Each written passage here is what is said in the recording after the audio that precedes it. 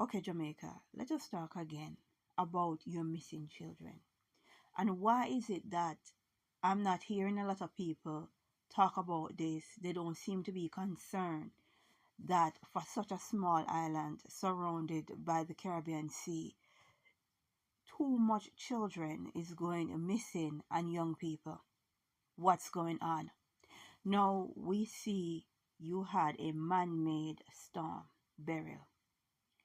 And Beryl was very strategic. Beryl was there to do some damage. No.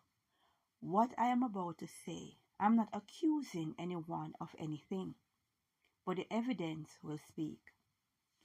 After a disaster, we see where children start going missing. Let us pick up our first evidence. Our first evidence comes to us from Haiti. Remember the earthquake in Haiti in 2010.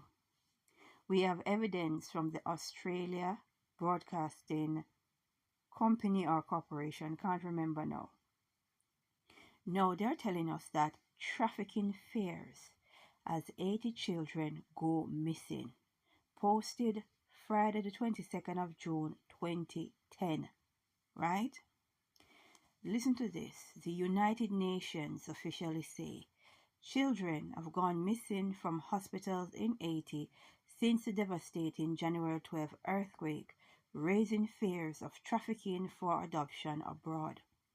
We have documented around 15 cases of children disappearing from hospitals and not with their own family, at the time, says UNICEF advisor Jean-Luc Legrand.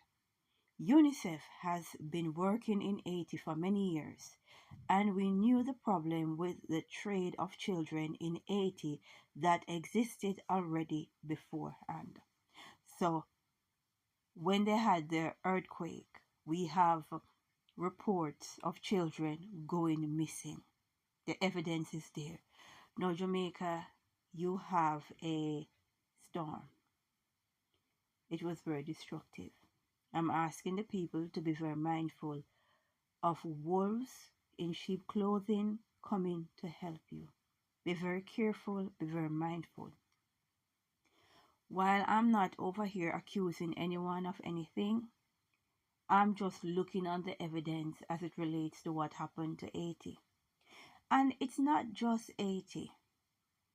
We see where the Maui fires that happened a while back. We see reports because the media was very careful not to mention missing children.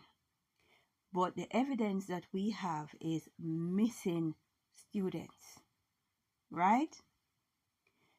Once there is an emergency, whether it is earthquake, hurricane, fires, or even war, I do notice the reports of missing children, right? Some of us like to downplay it.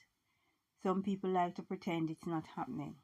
But I did get the vision, where in that vision, Jamaica had an earthquake.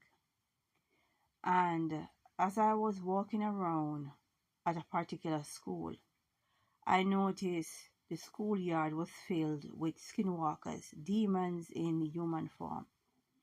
And they were there basically waiting for the children to run out in a panic, and then they'll be there to snatch them as if they're there to help. So I am very, very much aware of how these demonic entities, how they work, right? They like to create chaos. And in that chaos, they go around and snatch children. Again, I'm not here to accuse anyone of anything, but there's evidence to show you what happened in Haiti after their earthquake.